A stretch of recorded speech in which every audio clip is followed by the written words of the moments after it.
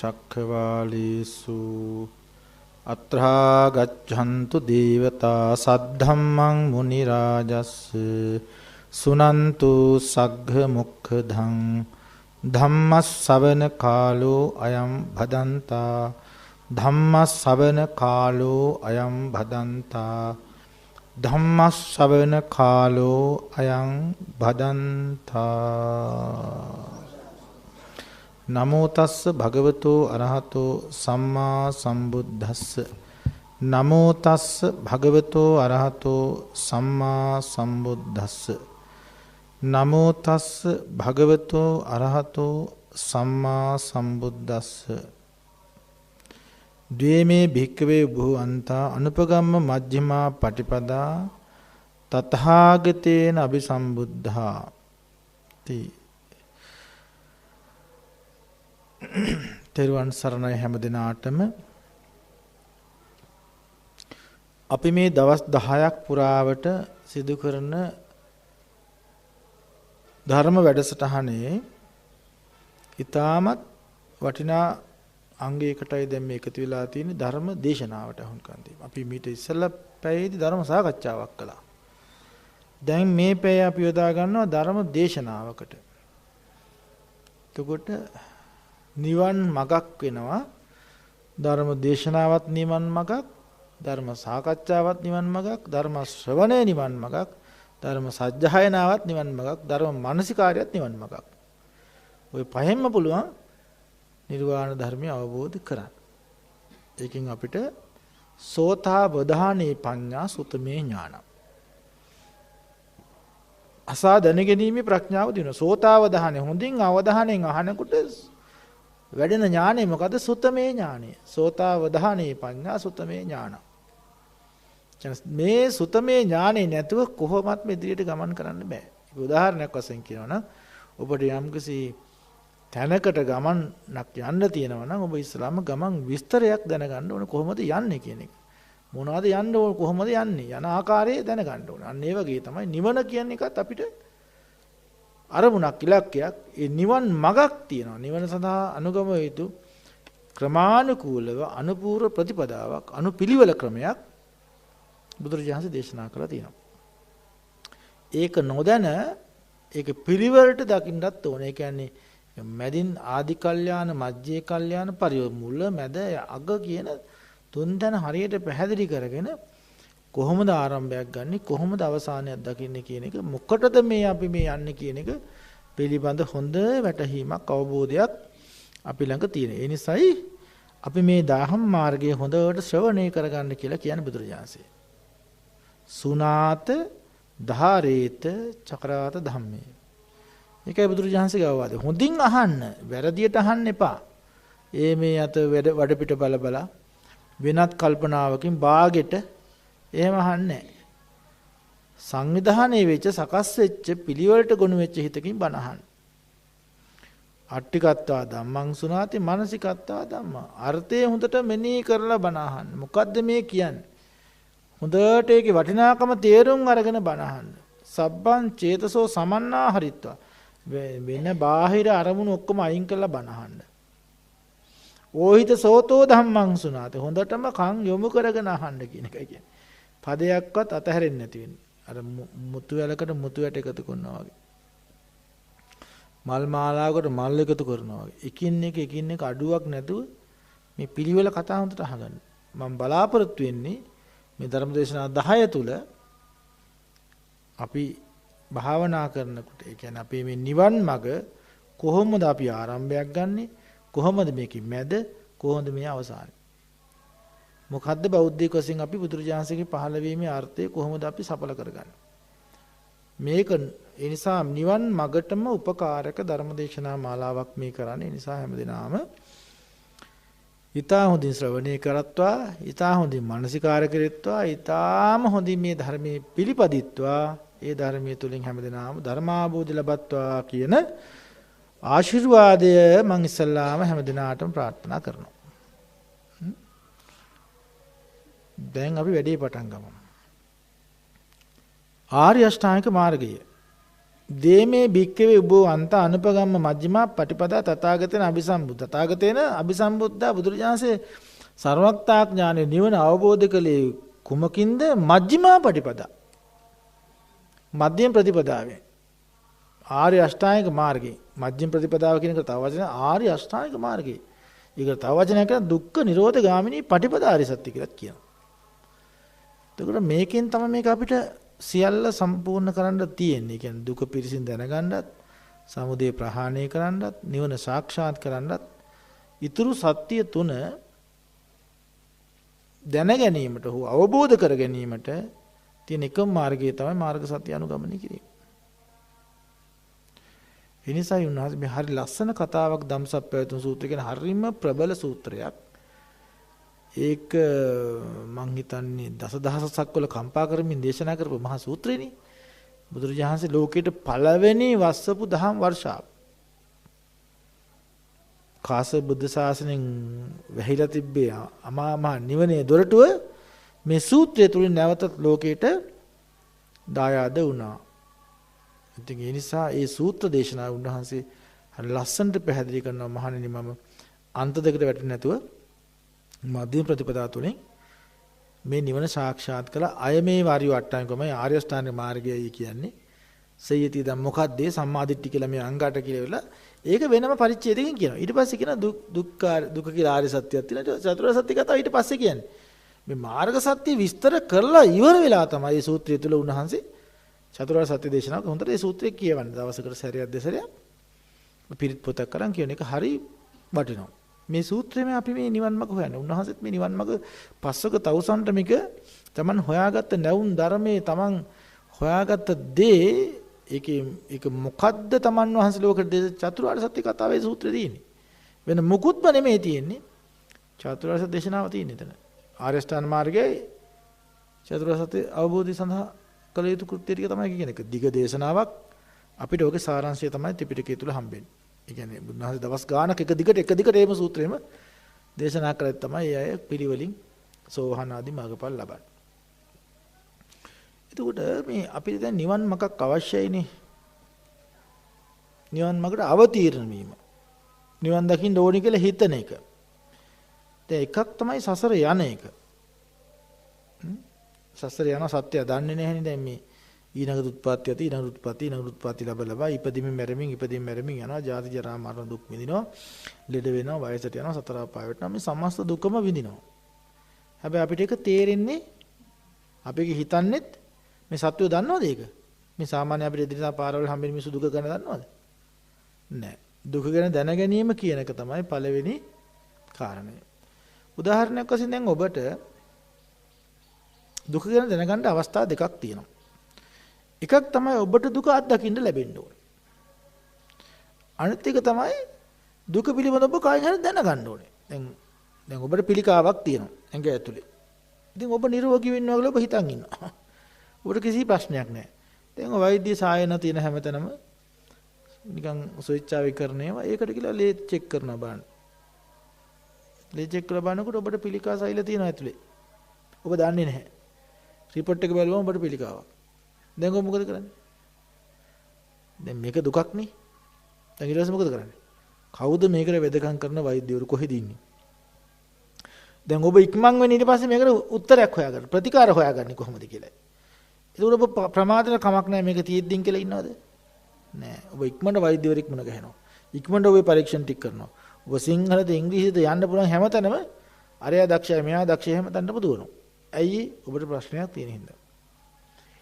දැන් සමහර කෙනෙකුට දැන් පටාචාරා වගේ අයට දුකක් වෙලා දැන් පිළිකා තත්ත්වයක් තිබිලා අසනීප වෙලා ගිලන් වෙලා ඔබ ස්පිරිතාලට හදිසියෙ උස්සගෙන යනවා ඥාතියෙක් තුල. එතකොට කියලා බලනකොට කියන ඔබට දරුණු පිළිකාවක් තියෙනවා දැන් ගොඩාක් මේක දරුණුතර. එතකොට මොකද කරන්නේ? එතකොටත් ඔබ කරන්නේ මොකද්ද? ඉක්මනට ප්‍රතිකාර සඳහා යොමු වෙන එක. මේ සසර දුකයි කියලා ඔබ දැනගන්න ක්‍රමයක් තියෙනවා. සමහර වෙලාවට ඔබටම දුක පටාචාරාවට වගේ අඟුලිමාලට වගේ අයට දුක් ජීවිතේම දුකක් වෙලා එනවා බුදුදහම හොයාගෙන. කිසා ගෞතමී වගේ අයට ගැලවෙන්න විදියක් නැහැ. ජීවිතේම දුක. අනේ බුදුහාමුදුරනේ සරණ වෙන්න. මට පිහිට ඔබ වහන්සේට වෙන සරණක් නැහැ. මට පිහිට වෙන්න කියලා ඉල්ලගෙන දුකෙන් පෙරිලා දුක ගෙවා ගන්න බැරි බුදුරජාණන් ළඟට ඇවිල්ලා වැඳ වැටෙනවා මට මාව නිදහස් කරන්න කියලා. ඒ දුක අත්දකින්න ඇවිල්ලා රෝගියා රෝග ලක්ෂණත් එක්ක ඇවිල්ලා වෛද්‍යවරු ළඟට එනවා. රෝගත් එක්කමයි රෝගේ දුකත් එක්කම ඇවිල්ලා. සමහර අය කියන්නේ සමහර අය ඉන්නවා ඉතින් මේ හොඳට කිසි ප්‍රශ්නයක් නැහැ. සාරිපුත්ත මුගලන් සාන්නන්සලා වගේ කිසි ප්‍රශ්නයක් නැහැ. සෑම සම්පත් දැන් කාශ්‍යප මහ රහතන් වහන්සේ බද්ද කාපිලානි වගේ අය නේද? ආනන්ද මහ රහතන් වහන්සේලා වගේ අනුරුද්ධ මහ රහතන් වහන්සේ දුකක් තිබ්බද? නෑ. ඒගොල්ලෝ දහම අහනවා. පොට්ටපාද මහ රහතන් වහන්සේ නේ. රට්ටපාල මහ රහතන් වහන්සේ. ඒගොල්ලන්ට දුකක් තිබ්බේ නෑනේ. ඒ රට්ටපාල මහ රහතන් වහන්සේ අමත භෝග සම්පත් විඳගෙන ජෝතිය සිටුවරයා. ඒ වගේ මහා අර සෝන සිටුවරයා නේද? ඒ තරම් ධන සම්පත් තිබ්බයි. ඒ අය බුදු කෙනෙක්ගෙන් බණක් අහනවා. එතකොට ඒගොල්ලන්ට කියනවා මේ සසර දුකයි කියලා උන්වහන්සේ කියනවා. නේද? කේමා වගේ අයට කේමා බිසවට පෙන්නන සංසාරේ යථාර්ථෙම. ඒ යථාර්ථ දකිනකොට ඒගොල්ලෝ හිතනවා යකෝ මං ඉන්නේ කොතනද මේ? අර කකුලුවා දිය හැලියේ නටනට හිටියා දැන් කියනවා මෙතන මේක තව ටිකකින් උණු වෙනවා. ඈ මේක තව ටිකකින් උණු එතකොට ඉතින් ඔබට දුක තේරෙන්න පටන් ගන්නවා. ඒ නිසා ඉක්මන් වෙයන්. ප්‍රමාද වෙන්න එපා. ඔබ විනාශිතා මොහොතකින් වෙන්න පුළුවන් සසර භයානකයි. ඒ දුක පිළිබඳ ඔබ දේශනාවක් අහන නැත්නම් මොකක් හරි කියවනවා පොතක් කියවලා හරි කමන්නේ. ඒ දුක පිළිබඳ දැනුවත් වෙලා කෙනෙක් නිවන් මාර්ගක් හොයනවා. එක්කෙනෙකුට දුක අත්දකින්න ලැබිලා නිවන් මාර්ගක් හොයනවා. තව කෙනෙක් මොකද කරන්නේ? Tamanට දුක දැනගන්න ලැබිලා එනවා. මේ එන්නේ කොහටද දැන්? ඔබට රෝගයක් තියෙනවා ඔබ යන්නේ අදාළ වෛද්‍යවරයා ළඟට. නේද? ඇහි රෝගයක් නම් අක්සි වෛද්‍යවරයා ළඟට යන්න ඕනේ. නේද? ඒ වගේ Tamanට අදාළ රෝගයට අදාළ වෛද්‍යවරයා විශේෂඥ වෛද්‍යවරයා මුණ ගැහෙන්න ඕනේ. දැන් ඔබට දැන් තියෙන රෝගේ මොකද්ද? ඔබට තියෙන ප්‍රශ්නේ මොකද්ද? ඉපදෙනවා මැරෙනවා ආයෙ ඉපදෙනවා ආයෙ මැරෙනවා නඩත්තු කරනවා මේ පංචස්කන්ධයක් හදනවා මේක මහා නිස්සාර වැඩක් මේක පෝෂණය කරන්න බෑ සසර භයානකයි ආයෙ ඉපදෙන්න ඕනේ ආයෙ ඉපදෙන්න ඕනේ එහෙම ප්‍රශ්නයක් අපිට තියෙනවද දැන්ට? තියෙනවා. ඒතර අපි යන්න ඕනේ කාලක් මොන වෛද්‍යවර ළඟට? ඈ? ඒතර කවුද මේ දුකෙන් එතර කරන්නේ? අල්ලා දෙවියන් ළඟට යනවද? ජේස්තුමා ළඟට ගිහලා යාඥා කරනවද? කතරගම දෙවියන් ළඟට ගිහලා යාඥා කරනවද? ඉල්ලන පූජා වට්ටියක් දීලා මාව දුකින් නිදහස් කරලා කියන්න පුළුවන්ද? ඈ? ඊශ්වර දෙවියෝ ගාවට, විෂ්ණු දෙවියෝ ගාවට කියන්න පුළුවන්ද? නැත්තම් ඔය ලෙඩ සුවපත් කරනවා කියන ඔය හැම කෙනෙක් ළඟට යන්න පුළුවන්ද? මම සියලු දේ කරලා දෙන්නම් කියන දෛවඥයෙක් ළඟට ගිහිල්ලා යනවද? කොහටද අපි යන්න ඕනේ මේ ජාති ජරා මරණ ශෝක පරි දුක්ඛ දෝමන සුපායාස අප්‍රිය සම්ප්‍රප්‍රිය විප්පයෝග කැමැති දේ නොලැබීම පංච උපාදානස්කන්ධ දුක්ඛය. මේ සමස්ත දුක් ක්‍රියාවලියෙන් මිදෙන්න ඕනේ කියලා ඔබ දුවන්න ඕනේ. හොයන්න ඕනේ කවුරු කාලඟටද යන්න ඕනේ. දුකෙන් මිදුණ කෙනා ළඟටයි දුකෙන් මිදෙන්න උපකාර කරන කෙනා ළඟට. ඈ දුකෙන් මිදෙන මාර්ගය කියලා දෙන කෙනෙක් ළඟට යන්න එපා. දුකෙන් මිදුණ කෙනෙක් ළඟට. දැන් අන්න එතනදී අපිට පහළ වෙනවා. දැන් මේ දුක කියන ධර්මතාවය ඔබට දැනනකොට ඔබේ රෝගය දැන් ඔබ ගොඩාක් දරුණු රෝගයක් නම් වෛද්‍යවරයා ගොඩාක් දක්ෂ නම් අපි වෛද්‍යවරයාට කියන අනේ මහත්තයෝ ඔබට මං ඉල්ලන දෙයක් දෙන්න. මගේ ජීවිතය හරි පූජා කරන මගේ ජීවිතේ ගලවලා දෙන්න. මාව බේරන්න. අපි බුදුරජාණන් ළඟට යන්නේ තන්නේ නිසායි. අපි බුද්ධ ධම්ම සංඝ කියන රත්නත්‍රය හොයන්න ඕනේ. මොකද ඒ රත්නත්‍රයේ තියෙන්නේ නත්ති මේ සරණං අඤ්ඤං බුද්ධෝ මේ සරණං වරං. කිං කුසල ගවිකින් සත්‍ය ගවිසි. මොකද්ද කුසලයේ මොකද්ද සත්‍යය? මා තෝරා ගන්න ඕනේ. හරිම කෙනා කවුද? එහෙනම් බුදුරජාණන් ළඟට අපි යන්නේ බෝධි පූජාවක් කරන්නද? නවග්‍රහ පූජාවක් කරන්නද? මගේ අහවල් කාරණා ඉටි වෙන්න පහන් පූජාවක් කරන්නද? ඒකද වැදගත් වෙන්නේ මගේ ජරා මරණ ආදී දුකින් නිදහස් වෙනදමයි යන්න ඕනේ. එහෙනම් ඔබට අවශ්‍යයි මේ ලෝකයේ දුකින් ඈතර වෙච්ච පළවෙනි ලෝකයේ දුකින් ඈතර වෙලා මේ ධර්ම මාර්ගයේ දේශනා කරපු ඒ ශාස්ත්‍රඥ වහන්සේ අමතක කළා මේ ගමන යන්න බෑ. ඒ නිසා අපි බුද්ධං සරණං ගච්ඡාමි කියලා කියන්නේ. තෙරුවන් සරණට පැමිණීම කියන එකයි ඊළඟ අපේ කාර්යය. දුක දැනගත්තා නම් අපි එන්න ඕන කොහටද? තෙරුවන් සරණට. බුද්ධ රත්නයට, ධර්ම රත්නයට, සංඝ රත්නයට සරණට අපි යන්න. හැබැයි ඒක අවස්ථානුකූලව නෙමෙයි. තමන්ගේ වාසිය පිණිස නෙමෙයි. තමන්ට මේ ප්‍රශ්න විසඳ ගන්නකම් විතරක් නෙමෙයි. දිවි හිමියෙන් ජීවිත පරියන්තං බුද්ධං සරණං ගච්ඡාමි. බුද්ධං ජීවිත පරියන්තං සරණං ගච්ඡාමි. නත්ති මේ සරණං අඤ්ඤං බුද්ධෝ මේ සරණං වරං. නේද? ඒ බුදුරජාණන් වහන්සේට දාසෝ හමස්මි සිස්සෝ හමස්මි. මොකක්ද ඒ කියන්නේ? ස්වාමීනි මම ඔබ වහන්සේට දාශයෙක් වෙනවා, ශිෂ්‍යයෙක් වෙනවා, අත්තානම් පරිච්ඡජාමි. මම ඔබ වහන්සේට ජීවිතය පූජා කරනවා, පරිත්‍යාග කරනවා. මගේ ආත්මය ඔබ වහන්සේට පූජා කරනවා. මේ බලවත් ශ්‍රද්ධාවක් නැතුව මේ ඕනුවට එපාවට එක දවසක් වඳිනවා, අනිත් දවසේ නෑ, එක දවසක් බොහොම ශ්‍රද්ධාවයි.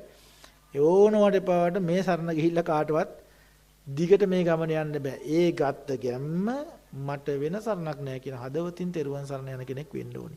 නැත්තම් මේ ගමන අපි නතර වෙලා තියෙන්නේ මේ බහුතරයක් පිරිසකට.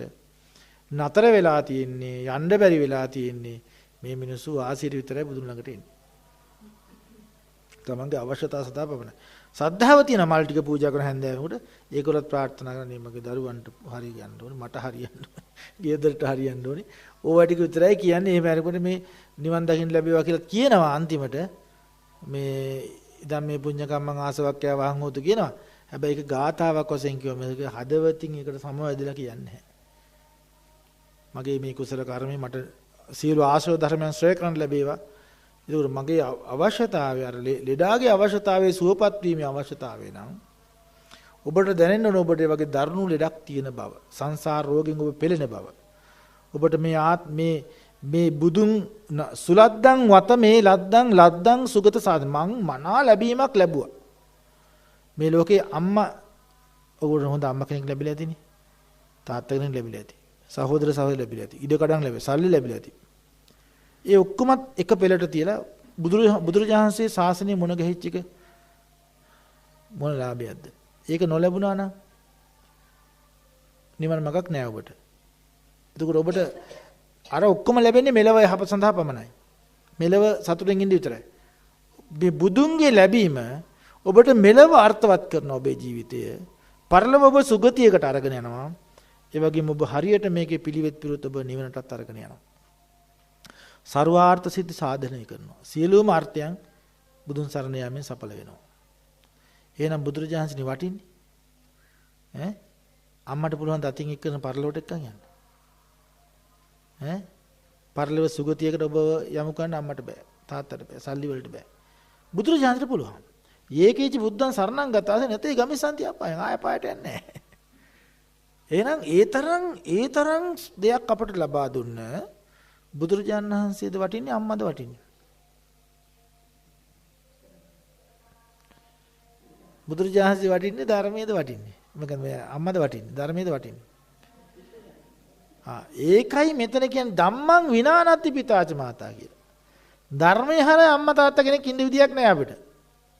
දැන් තේරෙනකොට නිවන් දකින්න බැරියයි කියලා. ඔබ ඔක්කොම උඩින් තියලා මේක යටින් තියලා තියෙනවා. තෙරුවන් යටින් තියාගෙනයි වැඩ කරන්නේ. ඒ හැඟීම, ඒ වටිනාකම තාම තේරුම් ගන්න බැහැ. ඒ නිසායි ඔබට නිවන් මඟ සැහැල්ලු දෙයක් වෙලා තියෙන්නේ. ඒකත් නිවන් දකීමේ යනකොට කොහොම හරි.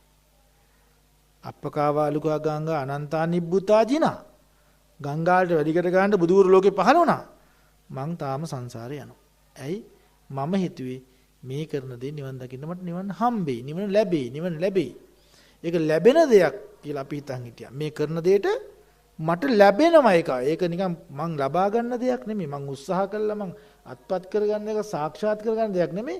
මට ඒක කවුරු හරි කෙනෙක් ප්‍රදානය කරා. ඒක ස්වභාවයෙන් මට ලැබෙයි මම මේ කරන දේවල් වලට. මං නිවන් දකි. මම මේ පින්කම කරා මට නිවන් දකින්න පුළුවන්.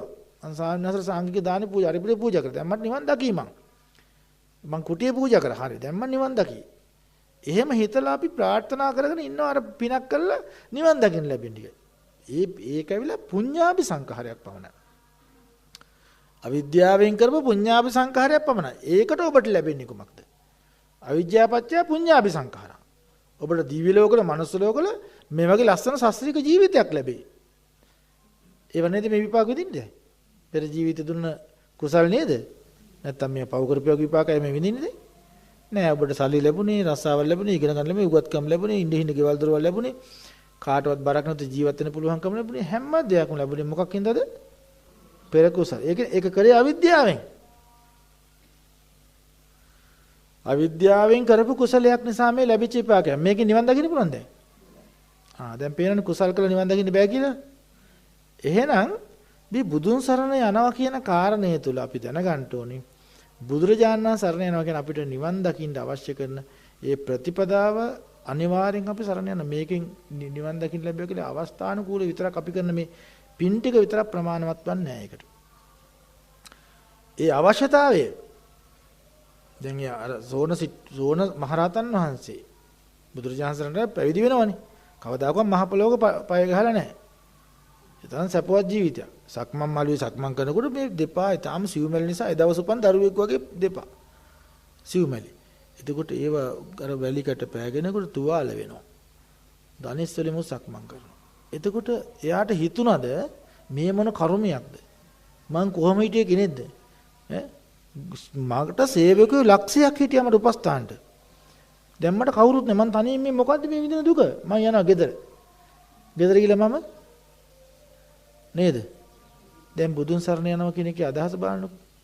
එයාට හිතුන්නේ නැහැ කවදාකවත් ගෙදර යන්න ඕනේ කියලා. කොච්චර ඇසිස් ඇඟේ මස් නහර ඇට මුදල වීරලකියක් කමක් නැහැ මම මේ වැඩේ අවසන් කරන්න ඕනේ. අන්නේ දැන් රටපාල මහරහතන් පැවිදි වෙනකොට දෙමාපිය අවසර දෙන්නේ කමක් නැහැ. එක්ක මගේ මරණය නැත්තම් පැවිද්ද. බිම නිදාගත්තා අවසර දෙනකල් නැගිටින්නේ නැහැ. ඒතර ඒ අවශ්‍යතාවය බලන්නකො. එතකොට ආය දෙපාරක් හිතුවේ නෑනේ නේද? ඒ නිසා බුදුන් සරණට යනවා කියලා කියන්නේ අපි මේ නිවන් දකින්න ඒ තරම් කුසල ඡන්ද නිවන් දකින්න මාර්ගේ ඡන්ද ඉද්ධිපාද ඡන්දේ තියෙන්න උන් උතර කැමැත්ත නැතුව මේක පස්සේ කරගන්න අහවල් එහෙම බෑ. ඒ නිසා දැන් උඩ හිතා ගන්න ඕන පළවෙනි කාරණේ තමයි දුක දැන ගැනීම. දෙවෙනි කාරණේ තමයි තෙරුවන් සරණ යෑම. තෙරුවන් සරණ යාම කියන්නේ බුද්ධ රත්නේ ධර්ම රත්නේ කියන්නේ මාර්ගය, සංඝ රත්නේ කියන්නේ මාර්ගයේ වැඩපු උතුමන් වහන්සේලා, කල්යාණ මිත්‍රයන් වහන්සේලා. ඒ උන්වහන්සේලා ගුණ අදහන්න අපි අදහනවනේ සුපටිපන්නෝ භගවතු ශා วก සංඝෝ. ඒක මහා සංඝ රත්නේ විතරයි තියෙන. ඒක කාටවත් ආයේ නැහැ. සුපටිපන්නයි කියන්නේ නිවන් දැක්ක නිසායි සුපටිපන්න වෙලා තියෙන්නේ. ඔය හැම කාරණයක්ම නිවනින් අර්ථ අරහං වෙන්නේ නිවන් දැක්ක හින්දාමයි. ඔය සූවිසි මහා ගුණය අරහං සම්මා සම්බුද්ධ ආදී බුදු ගුණ 9ක් තියෙනවානේ. ස්වාක්ඛාත ආදී ධර්මයේ ගුණ 6ක් තියෙනවා. සුපටිපන්න ආදී සංඝරත්නයේ ගුණ 9ක් තියෙනවා. ඔකට කියන සූවිසි මහා ගුණය කියලා. ඒ සූවිසි මහා ගුණයම අර්ථවත් වෙලා තියෙන නිවන තුල. නිවනින්ද. ඒ ඔක්කොම නිවන ස්පර්ශ කරපු ගුණ තියෙනවා. නිවන කේන්ද්‍ර කරගෙන. ඒ නිසා ඒවා ඇත්තට අර්ථවත් වෙන්නේ. ඒ නිසා අපි යම් නිවනක් අපේක්ෂා කරනවා නම් මේ ගුණ සියල්ලටම අපි ජීවිත පූජාවෙන් ඒවා සරණ යන්න ඕන. ඒකයි තෙරුවන් සරණ යනවා කියලා කියන්නේ. ඒකයි ඔබ සමාදන් වෙන්නේ. එහෙනම් අපි තෙරුවන් සමාදන් වෙමුකොට අපි ওই හිතකින් සමාදන් බහුතරයක්. මාළ ගෙදරත් හිටගෙන සමාදන් වෙනනේ. ගෞරවයක් තියෙනවද බලන්නකෝ. හාමුදුරු සිල් සමාදන් කරනවා, හිටගෙන සිල් සමාදන් කරනවා, සපත්තු සිරප්පු දාලා සිල් සමාදන් කරනවා. විවිධාකාර වටපිට බල බල ළඟ ඉන්න කෙනාට එක එක තට්ටු බට්ටු දානවා. ඒ සිල් සමාදන් කරන වෙලාවේ. කොච්චර ගෞරවකින්, කොච්චර හදවතකින්, කොච්චර හැඟීමකින්, කොච්චර අවබෝධයකින් මේක සරණ යන්න ඕනේද අපිට අවශ්‍යතාවයට මේ අපි යන්නේ සංසාර දුකින් එතර වීම සඳහා මම බුදුන් සරණට යනවා. ඊනක දවසේ ඉඳලා හරි ඔබ ගෙදර තෙරුවන් සරණ ගියත්, ගෙදර බුදුන් වැන්දත්, බුද්ධං සරණං ගච්ඡාමි කෙනෙකුට මේ සමස්ත දුකම සංසිඳවන එකම මේ ලෝකේ ඉන්න එකම කෙනා තමයි බුදුරජාණන්සේ. ඒ උත්තමයේ මම මේ සරණ යන්නේ කියලා ජීවිත පූජාවකින් සරණ යන්න. ශ්‍රද්ධාව උපරිම ඇති කරගෙන සරණ යන්න. එතකොට තමයි ඔබට මේක හැඟීම ඇති වෙන්නේ මං දුකෙන් එතර වෙන්න ඕනේ කියන එක. නිවැරදි චිත්ත ප්‍රසාදය ඇති වෙන. එතකොට ඔබට අර කල්ප ගණන් විපාක දෙන කුසලයේ වැඩෙන්නේ. සසරේ හරි බුදුවරේ දකින්න ලැබෙන්නේ. බුදු කියන බුද්ධ කියන වචනේ ඇසූ පමණින්ම අර මහා කප්පින මහරහතන් වහන්සේ වගේ යන්නේ. බුද්ධ කියන වචනේ ඇසූ පමණින් රජකම දාලා යන්නේ. මහමග. අන්න ඒ වගේ ශ්‍රද්ධාවක් පහළ වෙන්න ඔබට ඒ තෙරුවන් සරණ යෑම සසරට පුරුදු කරගන්න ඕන හොඳට. හරි. දැන් අපි තෙරුවන් සරණට ආවා, දුකක් දැනගත්තා, දුකෙන් මිදෙන්න අවශ්‍යතාවය. දැන් අපි කවුද යන්න ඕනේ? තෙරුවන් සරණට ඇවිල්ලා. දැන් මොකද කරන්න ඕනේ? දැන් කවුද මුණ ගැහෙන්න ඕනේ ඊට පස්සේ? කල්යාණ මිත්‍රයන් වහන්සේ හම්බෙන්න ඕනේ. සත්පුරුෂයෙක් මුණ ගැහෙන්න ඕනේ. කල්යාණ මිත්‍රයෙක් මුණ ගැහෙන්න ඕනේ. සත්පුරුෂයයි කල්යාණ මිත්‍රයයි කියලා අපි කියනවා. සත්පුරුෂයා කල්යාණ මිත්‍රයා කියන එක අපි තවදුරටත් විග්‍රහ කරගත්තොත් හොඳට බලන්න සත්පුරුෂයා කල්යාණ මිත්‍රයා කියලා කියන්නේ දැන් ඔයගොල්ලන්ගේ අම්මා, පුතේ, මේවා කරන්න එපා. මේවා කරොත් ඔයාලට ගොඩක් දුක් විඳිනවා. පුතේ මෙහෙම හැදෙන්න ඕනේ. මෙහෙම කන්නේ පුතේ. මෙහෙම බොන්නේ පුතේ. මෙහෙමයි ගමක ගියාම ජීවිත. මෙහෙම ඥාති මිත්‍රයන් ඇසුරු කරන්නේ.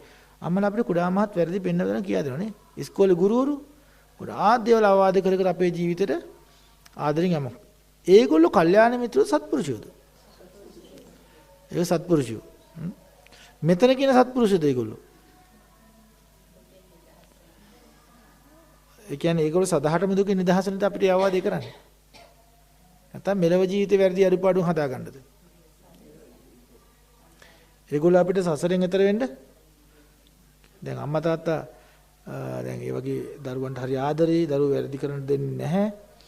දරුවා හැමදාම හොඳ මාර්ගය යොමු කරනවා. ඒ දරුවා කියන අම්මේ මම මහාන වෙන්නද? උඹ මහාන වෙලා කොහමද? ඈ? මහාන වෙන්න කැමති නැහැ. හැබැයි දරුවා හොඳ මිනිහෙක් වෙන්න කැමති. එතකොට ඒ අම්මා සත්පුරුෂයද කල්යාණ මිත්‍රයද? ඈ? ඈ? ඒ සත්පුරුෂකමත් ඒ කරන්නේ. එතකොට අම්මගේ මගේ දරුවා කියන හැඟීමෙන් එයා යහපත් මිනිහෙක් කරන උපකාර. එවන් කෙනෙක් ළඟට ගිහලා නිවන ඉල්ලන්න පුළුවන්ද? දැන් ඉස්කෝලේ ගුරුවරු තුන ඔය ළමයා මහානලා කොහොමද මේ ඉගෙන ගන්න මොන පිස්සුවක්ද මේ කරන්නේ?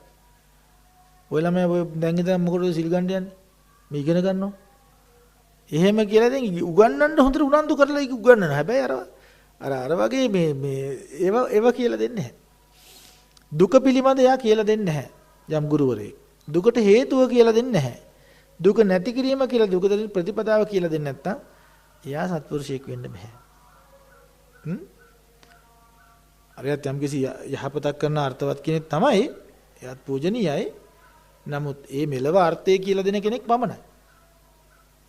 නමුත් යම් කිසි කෙනෙක් යම් පුද්ගලෙක් ස්ත්‍රියක් වේවා පුරුෂයෙක් වේවා ගෘහස්තෙක් වේවා නැත්තම් පැවිද්දෙක් වේවා භික්ෂුවක් වේවා භික්ෂුණියක් වේවා කවුරු හරි කෙනෙක් ඔබට මෙයයි දුක්ඛ සත්‍ය පිරිසිදු තැනක දුක්ඛ සත්‍ය මෙයයි කියලා යමක් කියනවා නම් මෙයයි දුකට හේතුව මෙයයි දුක නැති කිරීම දුක මාර්ගය මෙයයි කියලා එයත් හික්මෙන ගමන් හික්මිලා ඉවර වෙලා හෝ එයා හික්මෙන ගමන් හෝ අන් කෙනාවත් හික්මවනවා නම් අන්න එයාට අපි කියන සත්පුරුෂයෙක් කියලා. අන්න එයාට අපි කියන සත්පුරුෂයෙක් කියලා. එතකොට දැන් තේරෙනවනේ දැන් සත්පුරුෂයෙක් කෙනා කවුද කියන එක? එහෙම අය ඔයාලට මුණ ගැහිලා තියෙනවා ජීවිතේ. එහෙම අය මේ ලෝකෙ මිනිස්සුන්ට මුණ ගැහෙනවද කියලා ප්‍රශ්නයක් ඇහුවොත් ඔය ගොඩක් දිනකට එහෙම අය මුණ ගැහෙන්නේ නැහැ. දුර්ලභෝ සත්පුරුෂ සංසේවෝ කිව්ව එකයි. ඒ වගේ සත්පුරුෂය දුර්ලභයි. දැන් අනිත් සත්පුරුෂය දැන් අම්මත් සත්පුරුෂයෙක් තාත්තත් සත්පුරුෂයෙක් ළඟ ඉන්න මාමා ආච්චි අම්මා සීයා වැඩිහිටියෝ ඉස්කෝලේ ගුරුවරු නේද? තමන්ගේ ජ්‍යෙෂ්ඨ සහෝදරයෝ ඔක්කොම සත්පුරුෂ උදව් කරනවා. හැබැයි ඒ අය කොච්චර අපිට ඉන්නවද? එහෙනම් දුර්ලභයි කියන්න ඕනේ නෑනේ. දුර්ලභයි දුර්ලභෝ සත්පුරුෂ සංසේවෝ කියන යමෙක් මේ ලෝකේ චතුරාර්ය සත්‍ය ධර්මය අවබෝධ කරන ගමන් අවබෝධ කරලා හෝ තව කෙනෙකුට කියා දෙන සත්පුරුෂයෙක් ඉන්නවනම් ඒ සමාජයේ කුළු දුර්ලභයි. හරියට කියලා දෙන එක. මේ දුක මේ නිකන් දැන් ඉස්කෝලේ බුද්ධ ධර්ම ගන්න ටීචර්ත් කියලා දෙනවා දුක්ඛ සත්‍ය සත්‍ය මේක කියලා. ඒ කියලා දෙන්නේ මොකටද? විභාගේ පාස් වෙන්න. ඈ? බුද්ධ ධර්මයට ඒකක් හෝ ගන්න නේ කියලා දෙන්නේ නේද? ඒ ටීචර්ත් බුද්ධ ධර්ම ගන්න ටීචර් ඔය බුද්ධ ධර්ම ගන්න හාමුදුරු අපිට කියලා දහම් පාසල් ටීචර්ලා සර්ලා පුතේ මේකයි කියලා මේ ඉස්කෝලේ විභාගෙට මේක આવොත් මෙන්න මේ චතුරාර්ය සත්‍ය මෙහෙම නම් කරන්න සලායතන ටික මෙහෙම නම් කරන්න පටිච්චසමුපාදේ මෙහෙම නම් කරන්න කියලා ඒගොල්ලන්ට මේ ඒක කියලා දෙනවා. ඉතින් ඒ නිසා මේ අපි යන්න එහෙම දෙයක් වෙන්න බෑ. එහෙම කෙනෙක් වෙන්න බෑ. ඒ නිසා මේ චතුරාර්ය සත්‍ය කතාවේදී අපිට යම් සත්පුරුෂයෙක් මුණ ගැහෙනවා නම් එයා අනිවාර්යයෙන්ම අපිට දුකට හේතුව දුක නැති දුකේ මාර්ගය පිළිවන් දන්න කෙනෙක් වෙන්න ඕන. අපි එහෙම කෙනෙක් හොයාගන්න ඕන. නිතර ඇසුරු කරන්න ඕන. නිතර ඇසුරු කරන්න ඕන. ඒක තමයි පෛරිපාසනය. එයා නිතර සද්ධා ජාතෝ උපසංඛාර. සද්ධාව තියෙන කාලක මොකද්ද? තෙරුවන් පිළිබඳ තියෙන විශ්වාසයේ ගෞරවයට අපි කියේ මොකද්ද? ශ්‍රද්ධාව කියලා. සද්ධා ජාතෝ උපසංකම. උපසංකමති කියන්නේ එළඹෙනවා. කාගේද? සත්පුරුෂයා ළඟට. සද්ධා ජාතෝ උපසංකමති. උපසංකමන්තෝ පෛරිපාසති. පෛරිපාසනය කරන මොකද්ද? ආශ්‍රය නිශ්‍රය කරනවා. දැන් එයාගේ අදහස් උදහස් වුමාර කරනවා. පෛරිපාසන්තෝ සෝතං ඕදහති.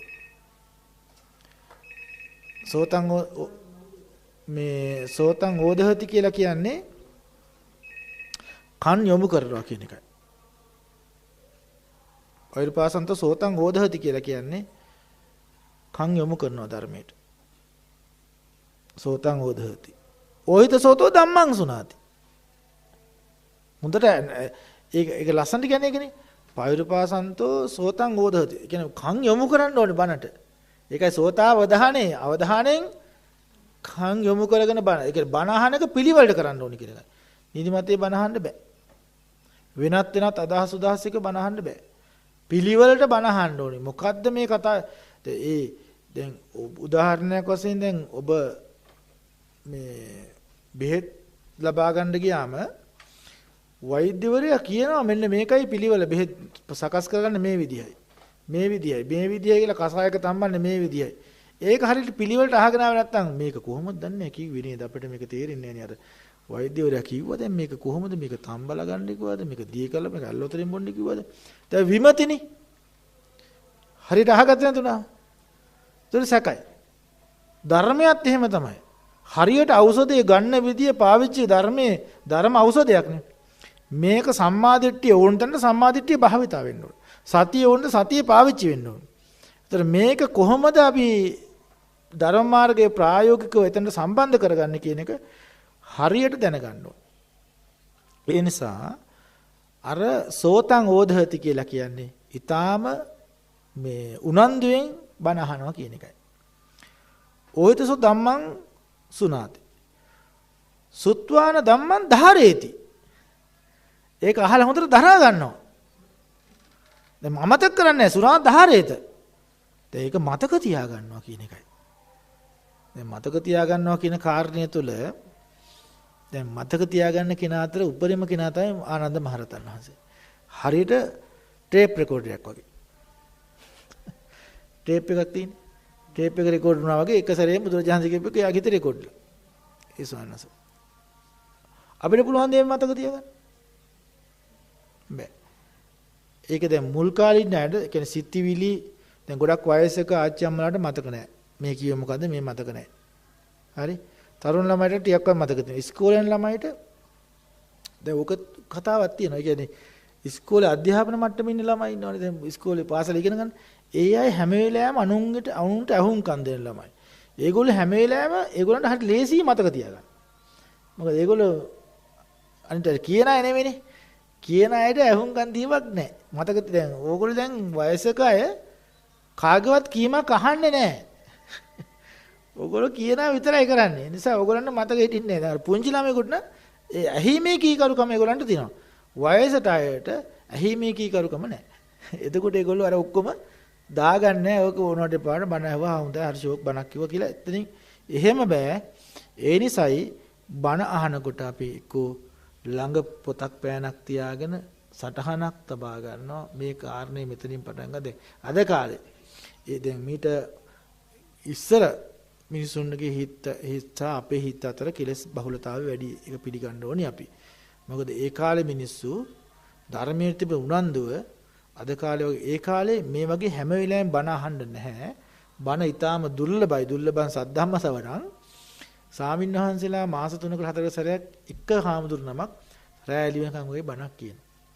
ඉස්සර කාලේ. ඉතින් ගම්බින් වලින් මිනිස්සු බොහොම ඈත ඉඳලා දින ගාණන් ගෙවාගෙන ඒ බණ අහන්න කියලා දරපැට වඳ ගහගෙන ඒ බණ කියන තැන් වලට ගිහිල්ලා රැය එළි වෙනකන් හිටි පැදුරේ ඉඳගෙන බණ අහනවා.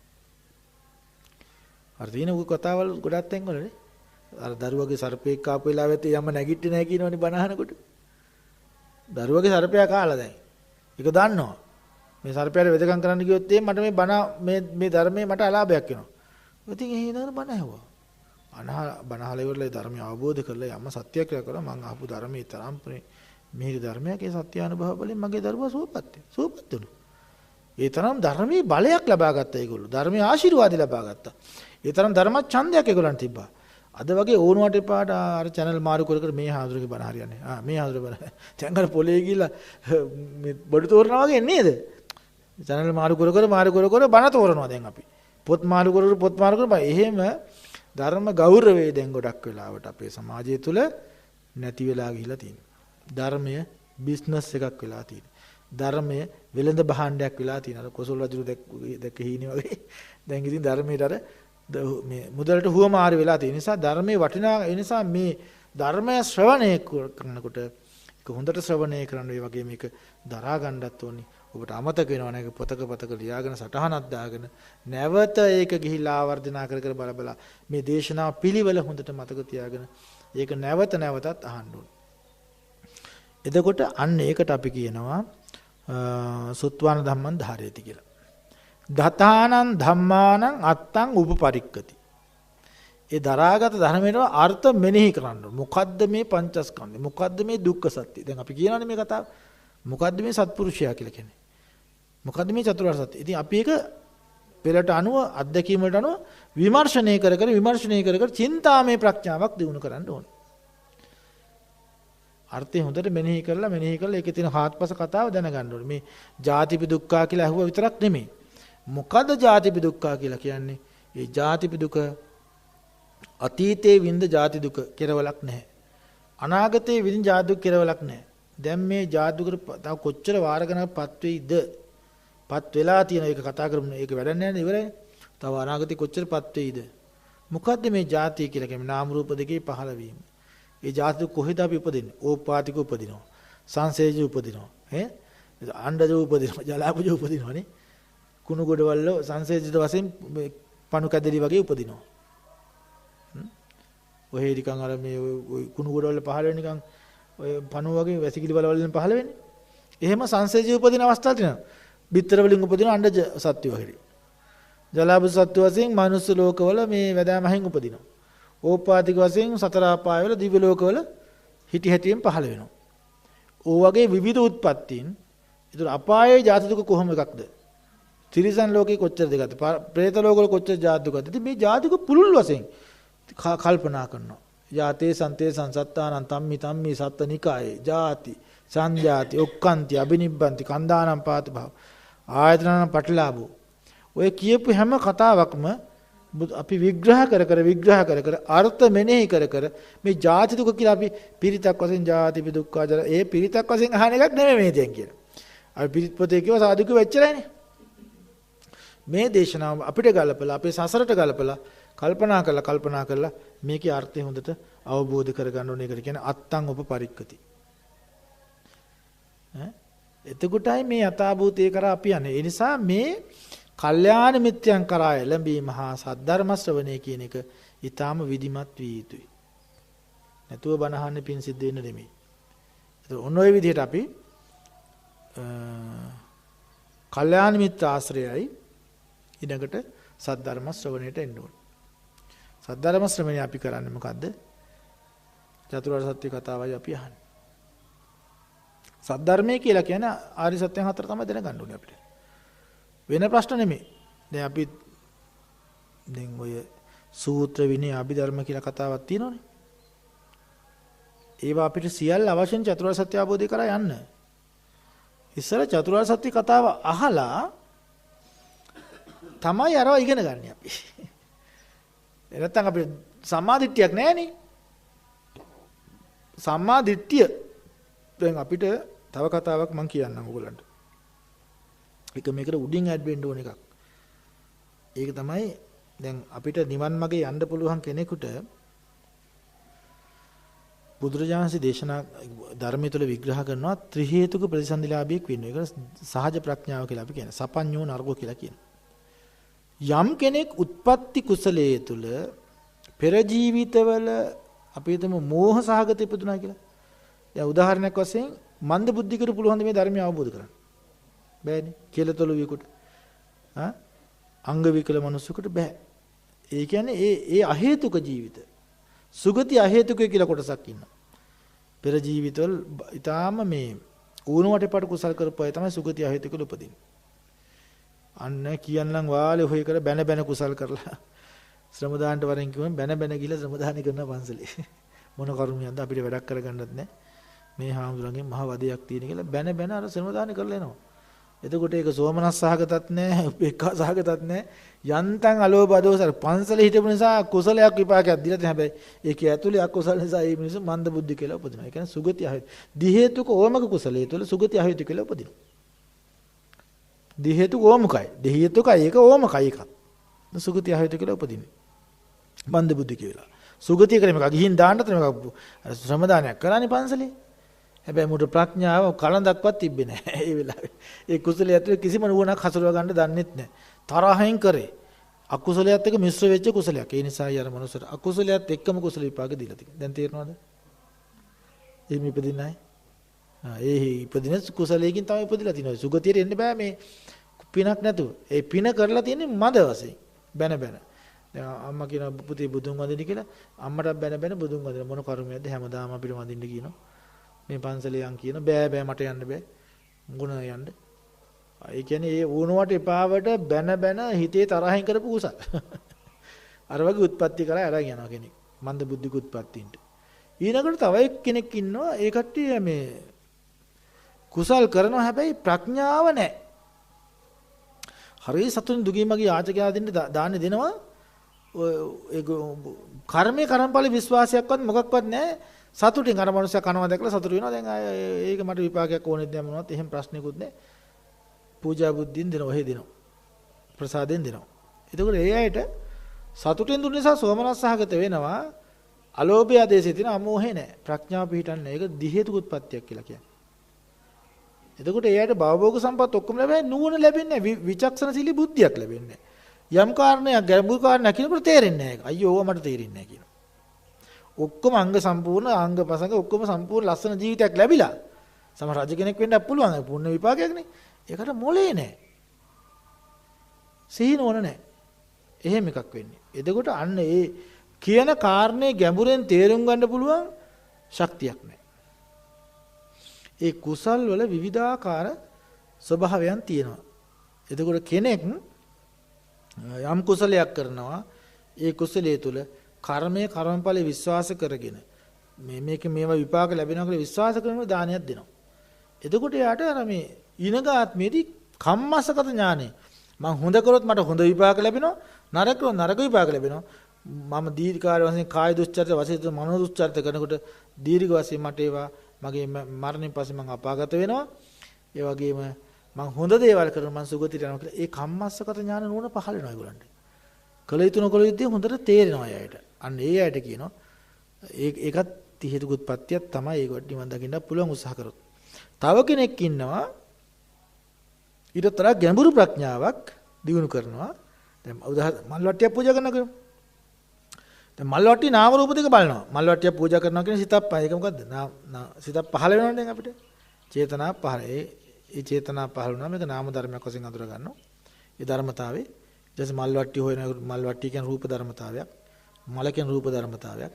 මල කඩනකොට පහළ වෙන්නා වූ ස්පර්ශ ධර්මතාව ටික නාම රූප ස්පර්ශ ටික ඔක්කොම අඳුර ගන්නවා. ඒවා එතනම නැති වෙන බව දැන ගන්නවා. ඊට පස්සේ මල් ටික ලස්සනට හදලා ඉවරලා ඒ පූජා කරන මම නෙමෙයි මේ පූජා කරන්නේ. දැන් මේ නාම රූප ධර්මතාවයන්ගේ විපර්යාසය දකිමින් විපස්සනා ප්‍රඥාවෙන් මේ හැම දෙයක්ම මේ එතන පහළ වෙන ස්පර්ශ ධර්මතාව ටික ඒ දැන් බුදුරජාණන්සේකින් බුදු පිළිමයක් බුදු පිළිම කියන්නේ රූප ධාතු ටිකක් තියෙන්නේ. බුදුරජාණන් සම්මුති වශයෙන් අඳුර ගන්න නමුත් ඒකේ තියෙන්නේ මොකද්ද? රූප ධාතු ටිකක්. එතකොට අපි අම්මට මොකක් හරි පූජා අම්මගේ නාම රූප දෙකක්. පූජා කරන මමත් නාම රූප දෙකක්. එතන දුක්ඛ ස්කන්ධය මෙතන දුක්ඛ ස්කන්ධයක් තියෙන්නේ. පූජා කරා. මතු විපාකත් මොනවද? පංචස්කන්ධයක්ම ආය ලැබෙන්නේ ඕනේ දෙක. මතු විපාක සඳහාත් ලැබෙන්නේ මොකද්ද? දිව්‍යෙක් කියලා බ්‍රහ්මයෙක් කියලා ලැබන්නේ මොකද්ද? පංචස්කන්ධයක්මයි. ඒක ඕනේද? ඒකත් දුකක්මයි. එතකොට දුක් ශේත්‍ර නාම රූප දුක් ශේත්‍රය බලනකොට යා මලක් දුක් ශේත්‍රය රූප ශේත්‍රය තුල තියෙන්නේ. මල් වට්ටියත් දුක් ශේත්‍රය තුල. මල් පූජා කරන මමත් නාම රූප දෙකක් දුක් ශේත්‍රය තුල තියෙන. නාම රූප දෙකයි එතන තියෙන්නේ. ඒකත් දුක්ඛ සත්‍යයක්. මල් පූජාව ලැබපු කෙනා හෝ පූජාව ලැබපු අම්මා හරි තාත්තා හරි කවුරු ස්වාමීන් වහන්සේ ඒ දුක් ශේත්‍රය තුල තියෙන්නේ.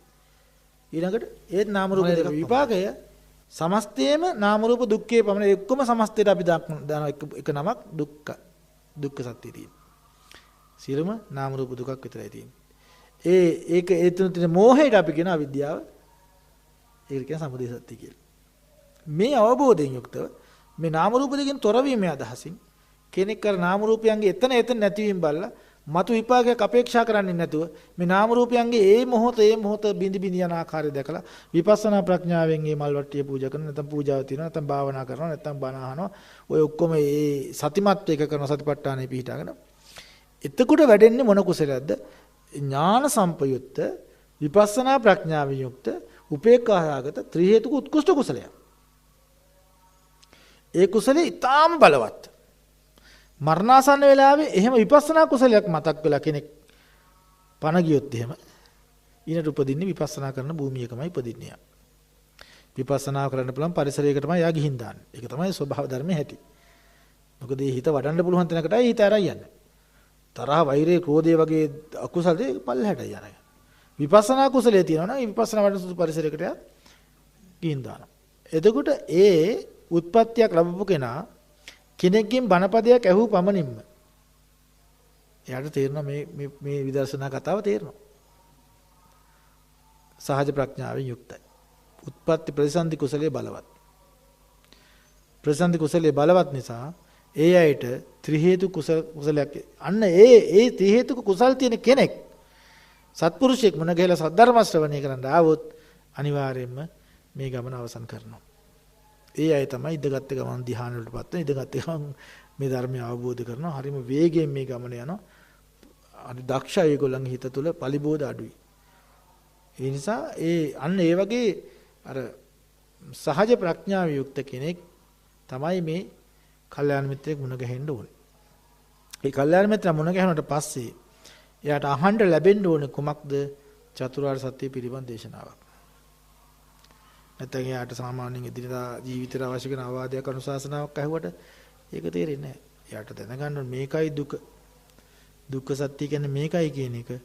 ඒකේ සම්මුත දුක, පරමාර්ථ දුක, උදේවැය දුක්ඛේ දක්වා සම්මුත දුක කතා කරන්න ඕනේ යාට. සුතමේ ප්‍රඥාවෙන් එයා ඒ දුක් ශේස්ත්‍රය සම්පූර්ණ දැනගන්න ඕනේ. කොහොම දුක් ශේස්ත්‍රය දැනගන්නේ අපි? එතකොට මේ දුක් ශේස්ත්‍රය දැනගන්නකොට අපි සම්මුති දුක්ඛය කියලා දැනගන්නකොට දැන් බුදුරජාණන් දේශනා කරන කතමංච භික්ඛවේ දුක්ඛං අරිය සත්‍යං. මොකක්ද දුක්ඛ අරිය සත්‍ය කියලා කියන්නේ? ජාතිපි දුක්ඛ, ඒ කියන්නේ ඉපදීමේ දුක. ඉපදීමේ දුක ගැන අපි කතා කරනකොට අපි ඉස්සෙල්ලා කතා කරා වගේ අතීත අනාගත වර්තමානට ගලපලා ඉපදීමේ දුක බලන්න ඕනේ. හරි? ඒක සම්මුති දුකනේ කතා කරන්නේ අපි. ඉපදිනවා කියන එකනේ. මව් කුසෙන් බිහි වෙන අවස්ථාවේ දක්වන දුක. මව් කුසේ ඉන්න අවස්ථාවේ දක්වන දුක. එතකොට ඒව වේදනාකාරී පීඩාවල් කොපමණ අපි විඳිලා තියෙනවද? ඒක ඉවර නෑ තාම. තාම ඉමක් කොනක් පේන්නේ අපි ඉන්නේ මුලද මැදද අගද කියලා අපි දන්නේ නෑ. අනවරාග්‍රයි. කෙරවල පේන්නේ නෑ. ඒ නිසා මේ සමස්ත දුකක් හැටියට මේ දුක අපි චින්තාමය වශයෙන් පුරුල්ල කල්පනා කරලා තේරුම් ගන්න ඕනේ. ඊට පස්සේ ජරාපි දුක්ඛ වයසට යෑමේ දුක. සත්තු වශයෙන් වයසට යන හැටි, මනුස්ස වශයෙන් වයසට යන හැටි, ලෙඩ වෙලා වයසට යන හැටි, මැරෙන්න පණ ආදින හැටි. ඒවා ඒ ඔක්කොම අපි මේ එකාත්මයක දෙක නෙමෙයි. කෙරවලකදී ආත්මවල ඒ දුක විඳින ආකාරය. දුර්වලකමක් ඇති වෙන හැටි. දුවල පැනලා යෞවන වයසේදී හොඳට බරමල උස්සලා දුවල පැනලා සෙල්ලම් කරපුවා මේ මෙයා දුවපු මිනිස්සු අන්තිමට ඒවා කිසි දෙයක් කරගන්න බැරුව අන්තිමට තමන්ගේ ගෙට විතරක් සීමා වෙලා, ගෙදරත් ඇඳට විතරක් සීමා වෙලා, ඇඳෙත් එක ඉරියව්වකට විතරක් සීමා වෙලා මොකක්වත් කරගන්න බැරුව ඒ ඉන්න වෙලාවේ ඒ වගේ දුක් කොච්චර අපි ඉඳලා ඇද්ද? දැන් අලියෙක් වගේ කෙනෙක් මැරෙන්න ගියාන් පස්සේ කොහොමද කන්න නැතුව? සිංහෙක් මැරෙන්න ගියාම කන්න හොයාගන්න බෑ, ශක්තියක් නැහැ. ඒ निराහාරව යා මැරෙන්නේ වයසට ගිහිල්ලා. වේදනාව කොච්චර විඳිනවද? ඒ වගේ අපි අනන්තවත් ආත්ම භාවවල සතුනුත් වයසට ගිහිල්ලා මැරෙනවා. හැම සත්වයකම මැරෙනවා. ඒ වයසට යන එක නාකි වෙන එක දුකක්, ලෙඩ වෙන එක දුකක්. විවිධාකාර අසනීප වලින් පීඩාවටපත්. දැන් ඔය කර්මජ ලෙඩ තියෙනවා. ඒවා මේ විකෘති ලෙඩ තියෙනවා. ශරීර විකෘති වගේ හැදෙච්ච ලෙඩ තියෙනවා. ඒ වගේ මුළු ජීවිත කාලෙම සනීප ගන්න බැරි ලක්ෂ ගානකට එක්කෙනෙක් දෙන්නෙක් හැදෙනවා. එහෙම රෝගීන්. ඒ වගේ ලෙඩ වලට ගොදුරු වෙනවා සමහර කෙනෙක්. අප්‍රියයි බලන්නත් ඒගොල්ලෝ දිහා. විකෘති ශරීර අවයවයන් පිහිටනවා. විකෘති විදිහට ස්වභාවයන් ඇති උපදිනවා. ඉතින් අපනීපත උපදිනවා. ඉතින් ඒ වගේ මේ ගොඩාක් ව්‍යාධිපි දුක්ඛෝ හිතන්න ඕනේ අපි. ඔහොම සම්මත දුක කෙලවලක් නැතුව මරණම්පි දුක්ඛ මරණය සියල්ල දාලා යන අවස්ථාව. මරණයට පණ ආදින මැරෙන ක්‍රම කොයිතරම් ක්‍රම වලින් අපි මැරෙනවද? ඉතින් ඒ සතුන්ට අහු වෙලා ගොදුරු වෙලා මැරෙන්න වෙන උර. සතුරන්ගෙන් මේ පහර කාලා මැරෙන වෙලාව, සතුරන්ගෙන් වද වේදනාව විඳලා මැරෙන අවස්ථාවන්. කන්ටරනතු මැරෙනවා, වතුර ගිල්ලා මැරෙනවා, ගින්දරට පිච්චිලා මැරෙනවා. ඒ වගේ විවිධාකාර මරණයන්, බිහිසුණු මරණයන් කරා එනවා. මේ දුක්ඛ සත්‍යයේ මේ වගේ අපි චින්තාමය නුවණින් නැත්තම් අපිට දැනෙන්නේ නැහැනේ මේක සසර දුකයි කියලා. දැන් සමහර අය මේ දුක කිව්වන් පස්සේ ඇයි බුදුදහම දුක ගැන විතරක් කතා කරන්න කියලා අහනවා. දැන් දුක ගැන කතා කරන්න අපි මාර්ගයට අවශ්‍යතාවය හදන්න. මාර්ග සත්‍යය පිළිබඳ අවශ්‍යතාවය, නිවනේ අවශ්‍යතාවය ඇති කරන්න ඕනේ. පිළිකාවේ භයානකම දුස්තර මහත්තයා කිව්වේ නැත්තම් කොහොමද එයා බෙහෙත් කරන්නේ? ඔයාලා නිකන් ලෙඩ දව සනීපේකෝත් මිනිහා හොයන්නේ ලෙඩ. බෙහෙත් ඒ වචනේ ඇහුණකම මට මේමක ලෙඩක් තියෙන එක දැනක ගමන් අපි අයුණ හෙම්බිරිසාගේ බලයින්නේ නේද? සැහැල්ලුවෙන් ගන්න නෑ ඒක. මුළු සරුවාංගෙන් පිච්චෙනවා. මෙහෙම දෙයක්ද මට තියෙන්නේ? ඈ? ඔබ තව වැඩි කාලයක් ඉනවා වකෝඩ දෙකම සවුත් වෙලා ඔයාගේ.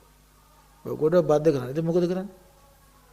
ඒ වෙලාවට යාට සැහැල්ලුවෙන් හිතෙන්නේ නෑ නේද? බයක් දැනෙනවා. දැන් මේ සසර දුක දැනෙන්න බය දැනෙන්න ඕනේ.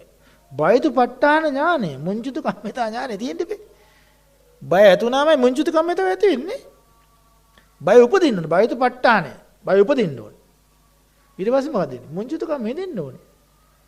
ආදීනව දකින්න, ආදීනව පස්සනාව ආදීනව දකින්න ඕනේ. නැත්තම් කොහොමද අපි ඒක මේ බුදුහාමර මේ දකින්න එපා මේ මම කියලා මේ අරන් යන්නේ. ඇති දෙයක්ද මේද?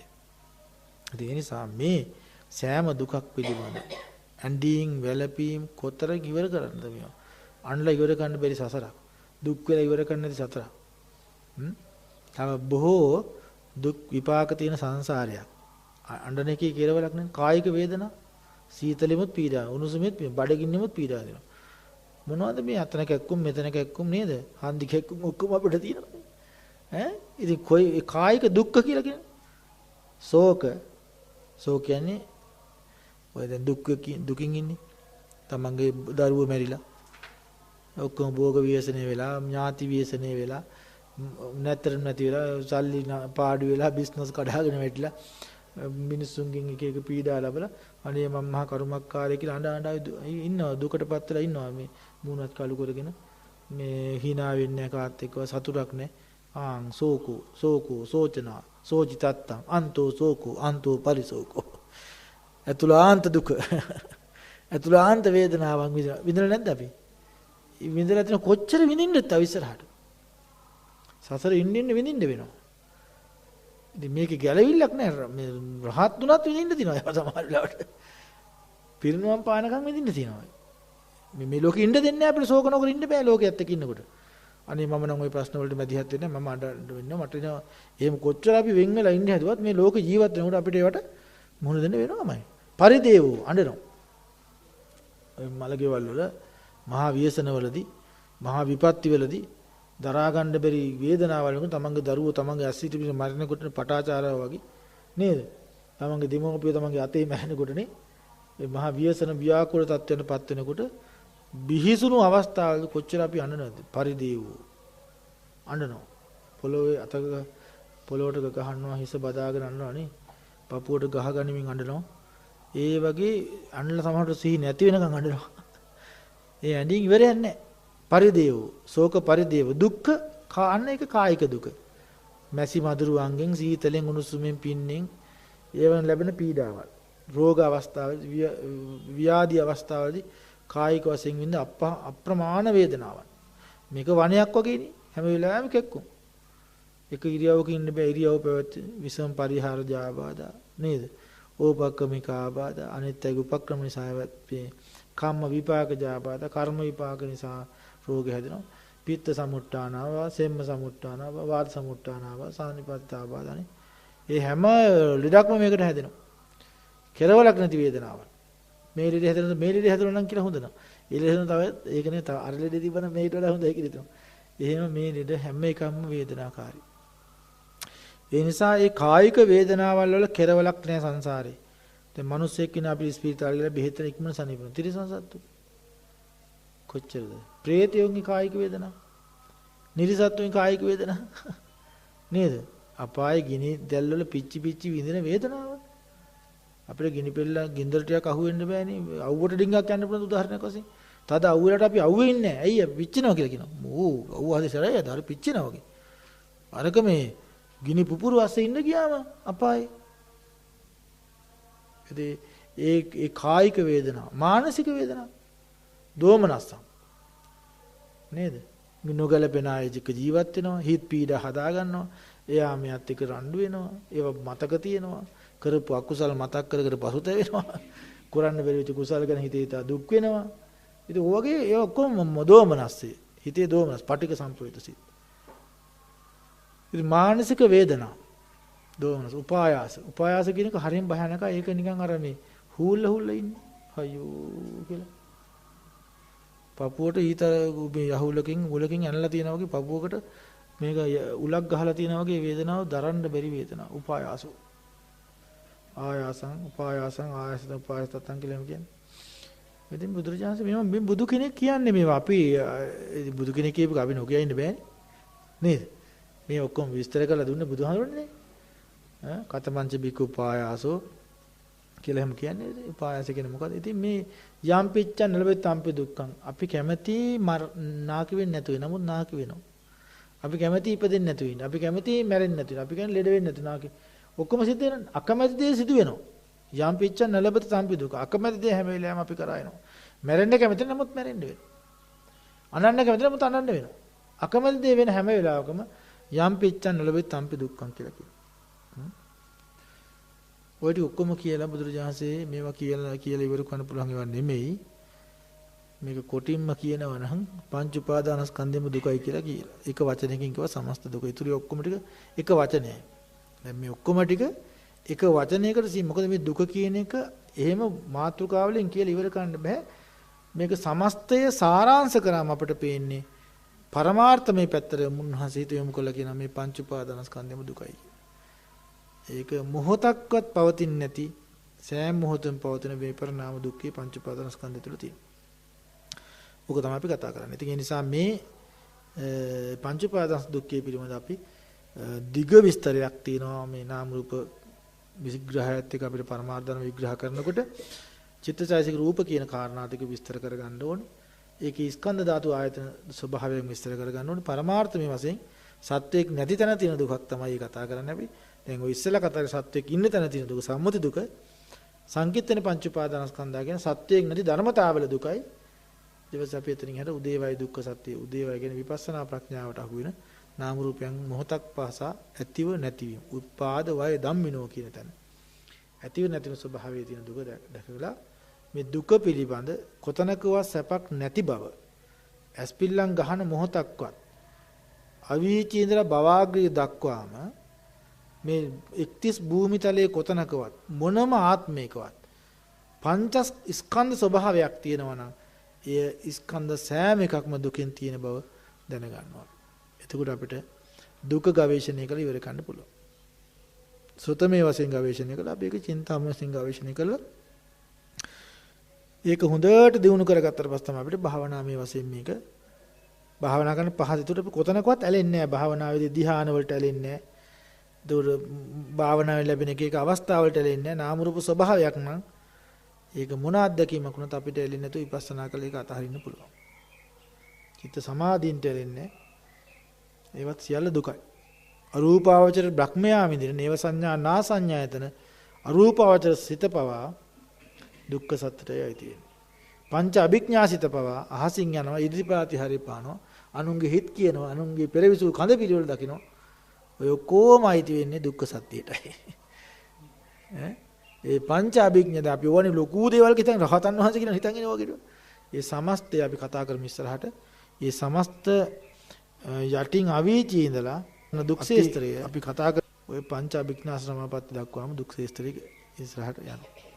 ඒ කිසි තැනක නාම රූප නම් නාම රූප අත්දැකීම් නම් ඒවා සියල්ල ඇතිවීම හා නැතිවීම කියන ස්වභාවයෙන් යුක්තයි. සංකතයි විපරිණාම ධර්මයයි. ඒක මගේ වශයෙන් තියන්න බෑ. පුද්ගලයාට අදාළ නැහැ. නිස්සත්ව නිජීව ශුන්‍ය ස්වභාවයක් තියෙනවා. ඒ සමස්ත දුක් ස්වභාවය අපි ගැඹුරෙන් තේරුම් ගත අපිට කොතනකවත් ලෝකේ පිහිටන්න බැරි හිතක් අපිට පිහිටන්න අකමැති හිතක් අපිට ඇති වෙනවා. කොතනකවත් මට උත්පත්ති ලබන්න මට උවමනාවක් නෑ. මේක අර අතන්ට යන්න ඕනේ. අරයාගේ අම්මා වෙලා උපදින්න, මෙයාගේ පුතා වෙලා උපදින්න, මෙයාගේ දුව වෙලා උපදින්න ඕනේ. අර දිවි ලෝකෙට මේ ඒ කිසිම භවක ප්‍රාර්ථනාවක් කිසිම කෙනෙකුට වෙන්නේ නැහැ. එයා උනන්දු වෙනවා අනේ මේක ඉක්මනින්ම හරියට අර කුණු වෙච්ච ගැරන්ඩි හැවක් ගැරන්ඩි කුණක් තමන්ගේ ඇඟටද වැටෙනවා වගේ ඉක්මන් වෙනවා මේක මේ ඉක්මනට අයින් කරගන්න. මේ ගිනි ගොඩක් උඩ ඉන්නවා වගේ හිස ගිනි ගත්තා වගේ ඇඳි වතර ගිනි ගත්තා වගේ ඉක්මන් වෙනවා මේක.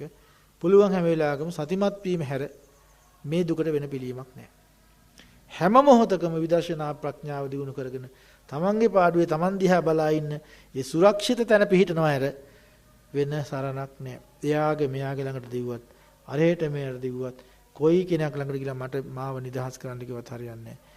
ඇස් දෙක පියාගෙන තමන් දිහා බලා ඉන්න එක හැර තමන් මේ මොහොතේ කුසලයක් විපස්සනා කුසලයක් උපදින එක හැර භවයේ නිරෝධ කරන කුසලයක් උපදවනවා හැර වෙන නොයැලෙන හිතක් පංචස්කන්ධයේ ඇතිවීමක් නැතිවීමක් දැකීම හැර වෙන දෙයක් අපිට හොයාගන්න. ඒ නිසා අපි උනන්දු වෙමු ඉස්සරහට අපි ධර්ම සාකච්ඡා කරනකොට තව අපි කතා කරේ නැහැ මේ විපස්සනා ප්‍රඥාවන් පිළිබඳ. අපි මේ ශේස්ත්‍රයේ මතු පිටින් මේ කතා කරන සමහර කාරණා අපි දැන් ඉස්සරහට කතා කරන්න තියෙනවා. භාවනා වශයෙන් ප්‍රායෝගික වශයෙන් යෙදෙන්න තියෙනවා අපි කතා කරන්නේ. නමුත් ඒවා එතනදී අපිට මේ ඒ ධර්මයන් ස්පර්ශ කරන්න පුළුවන්. මොකද්ද මේ හාමුදුරු කතා කරන මේ මොහොත දැකීම විපස්සනා ප්‍රඥාව කියන්නේ මොකද්ද කියන එක අපි ප්‍රායෝගික වශයෙන් මේ වැඩසටහනදී අපි පුරුදු කරගන්න බලාපොරොත්තු. ඒ නිසා අපි දැන්ට ওই දුක්සේ මේ අපි මාර්ගයට අවතීර්ණ වීමේදී අපි දුක දැන ගැනීම, තෙරුවන්ගේ සරණට පැමිණීම, සත්පුරුෂයන් මුණ ගැහිම, සද්ධර්ම ශ්‍රවණය කිරීම, එයින් සුතමේ ප්‍රඥාවට ගොඩවීම කියන එක තුළ ලෞකික සම්මාදිට්ඨිය අපි මේ හොයන්නේ. දුක්ඛ සත්‍ය පිළිබඳ සුතමේ ප්‍රඥාව හා චින්තාමේ ප්‍රඥාව තුළ ආරම්භක සම්මාදිට්ඨියට බැස ගන්න ආකාරයයි මේ අපි සාකච්ඡා කළේ. හොඳයි. එහෙනම් අපි ඊනක ධර්මදේශනා වාරයකදී මේවා තවත් ගැඹුරින් සාකච්ඡා කරන්න දේශනාවන් ශ්‍රවණය කරන්න බලාපොරොත්තු වෙමු. ඔබ හැම දිනාටම මේ නිර්මල ධර්මය වහවහ සාක්ෂාත් කරගන්න අවශ්‍ය කරන ශක්තිය, ධෛර්යය, ආරක්ෂාව, ආශිර්වාදය උතුම් රත්නත්‍රයේ ගුණ බලයෙන් ලැබේවා සැලසේවා කියලා බොහෝමත් මෛත්‍රියෙන් අපි ආශිර්වාද කරනවා.